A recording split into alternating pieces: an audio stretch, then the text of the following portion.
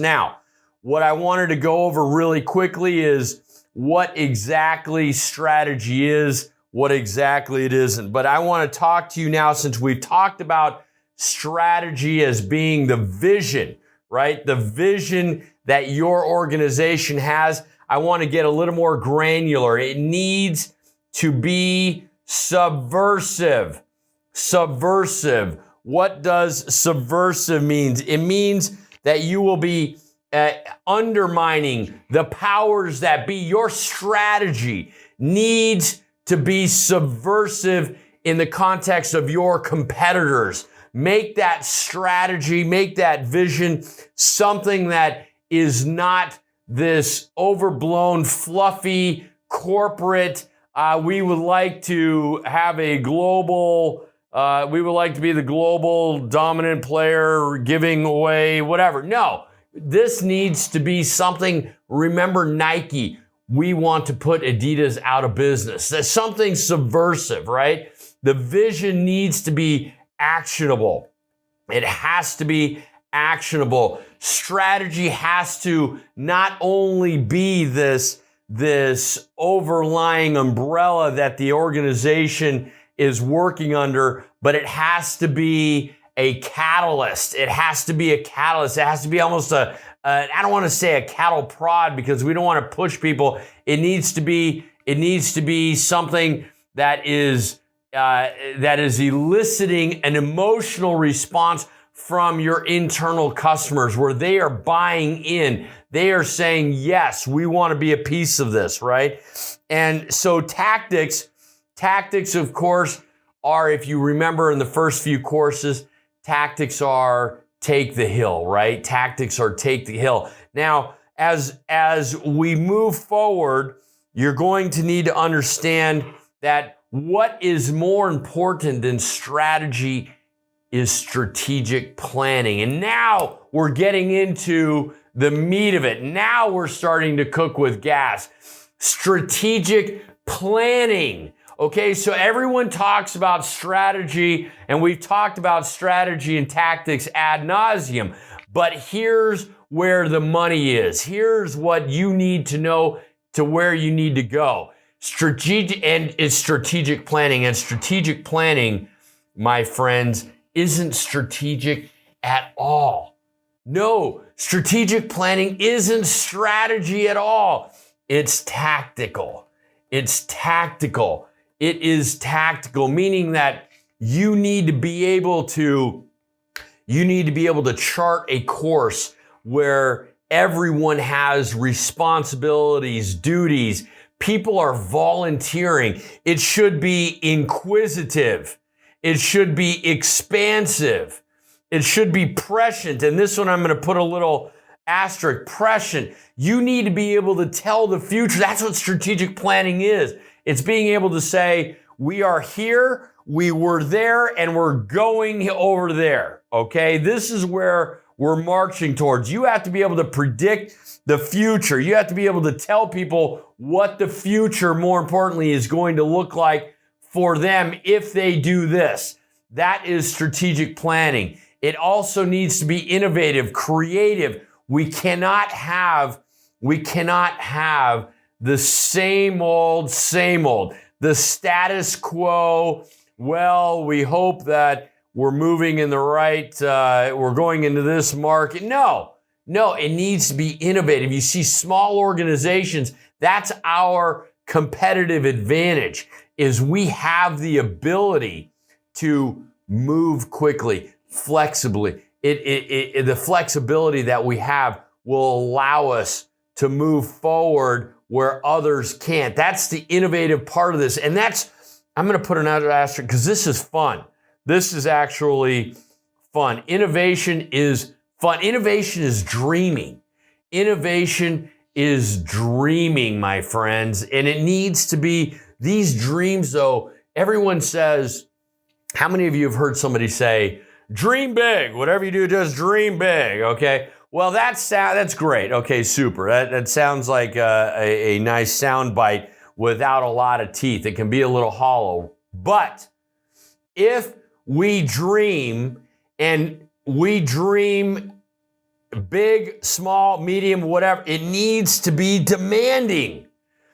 Demanding. You have to be able to demand excellence. You have to be able to demand from your team that you will get to this point. And this is what's great.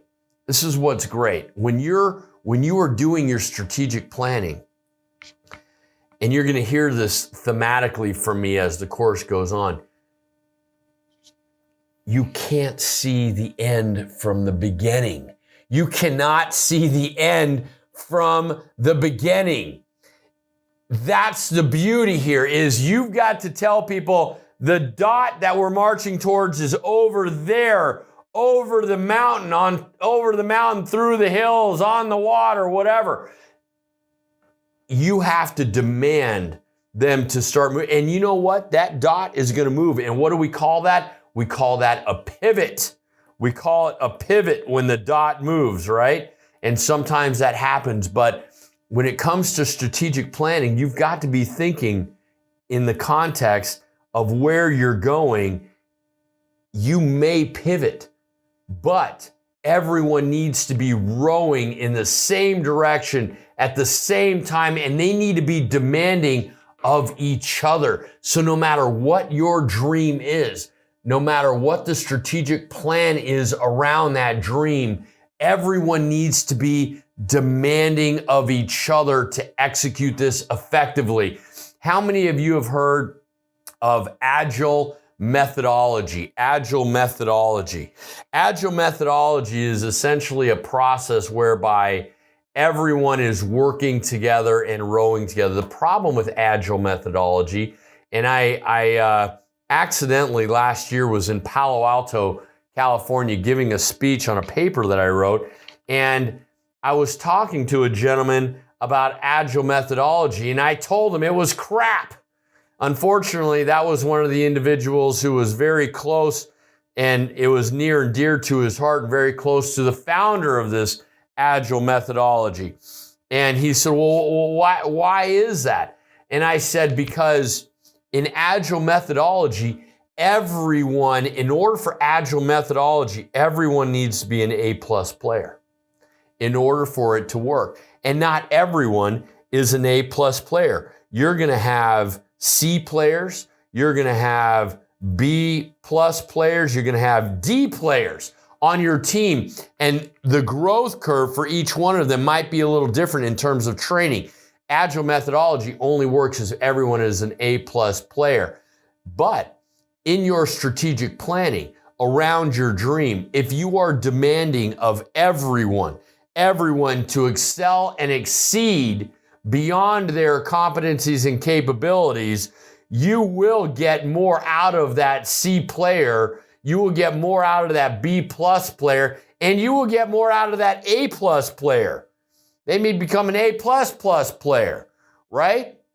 What is the metric? The metric, hey, we're making new metrics. That's innovative. We don't always have to conform to the exact same metrics as everyone else. But nonetheless, be demanding. Your strategic planning needs to be demanding regardless of what players you have. Hey, I'm going to tell you something. We cannot always choose whether or not we're always going to have A+ players on our team, because we're not always doing the hiring, right? And that individual may fill a gap that is critical, but they don't need to be an A+ player. Does that make sense? It will. Once you start hiring people, it certainly will. Let me give you an example.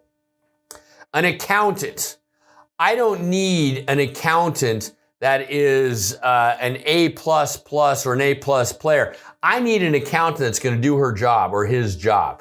I need somebody that's just going to make sure that everything is in the right spot at the right time. So when I look up financials, I know they're there. That doesn't take an A+ player. That just takes somebody that is committed to making sure that their job is done, right? I don't want them overachieving. Inclusive. We need to bring all of the A+, D+, C+, B+, B- players together. Strategic planning isn't strategic, it's tactical. Now hopefully you're seeing how this is tactical, right?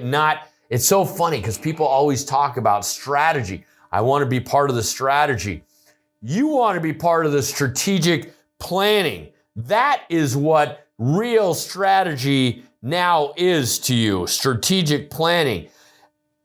And this is about identifying all of the resources you have and then optimizing them, optimizing the resources you have. But guess what? As a small enterprise, the few resources that you do have are going to be your competencies and your capabilities.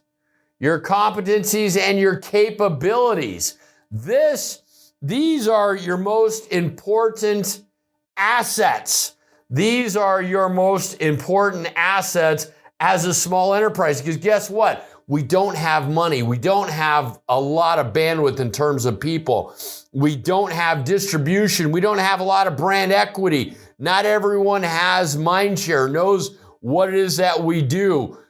It's critical that you understand that whatever resources you have, that you optimize those resources within the strategic plan. Does this make sense? Strategy. I'm going to pause it right here for a second.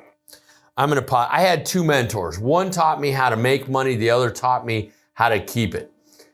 And the one that taught me how to make money, this is what he told me. And I'm not going to write this down. This is going to be on your final exam.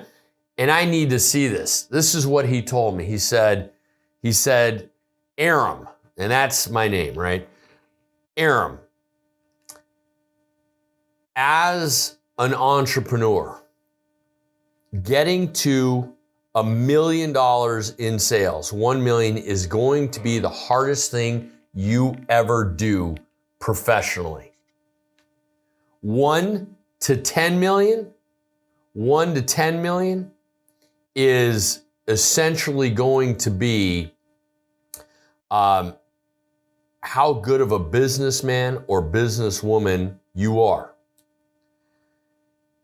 10 to 100 million is all about strategic planning on the golf course. And I thought, on the golf course, what the heck does that mean? That means that no matter what and where you are, you know the resources that you have available to you, and you can create strategic plans no matter where you are, whether it be and it took me a long time. It took me a long time to recognize what that really meant. It took me a long time to actually, when I started working and doing that, and when I had that, I realized strategic planning is easier than going from 0 to 1 million. Becoming a businessman is 1 to 10. Anything after that, 10 to 100, that is golf course strategic planning. You could do it anywhere. It could be beach strategic planning. Does that make sense? Does that make sense? I hope that it does, because it's all about optimizing the resources that you have and identifying the resources you do not have. We have to make sure that we are filling the gaps, so that we can execute, so that we have the bandwidth to execute. Does this make sense? You should tell all of your friends, when you start understanding this, some of you are going to have to teach strategic planning, hopefully all of you, in the sense that you are going to have your own organizations, or you're going to be in an organization where you're going to have to redefine strategy as strategic planning, which is tactical. And you're going to tell your cohorts or your associates and all the people that work for you. There was a professor that I had one time that told me the hardest thing that I'm going to do professionally is 0 to 1 million. How good of a businessman or businesswoman I am is going to be 1 to 10. Everything after that is golf course strategy. And you can tell him Senor Chavez told you that. Now, I want to put this in another context.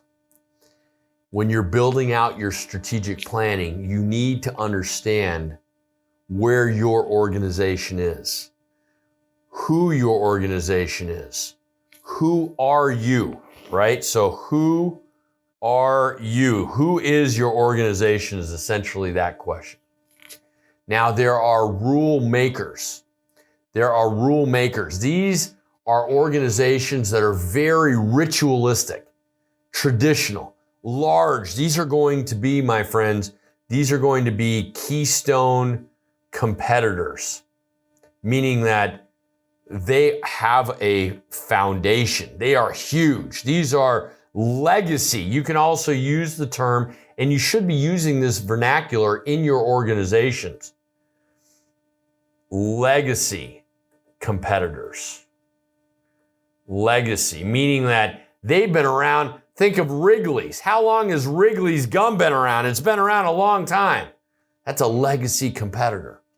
And these are price setters. They are price setters. They are the ones making the price and putting the price out there, right? Let me give you an example.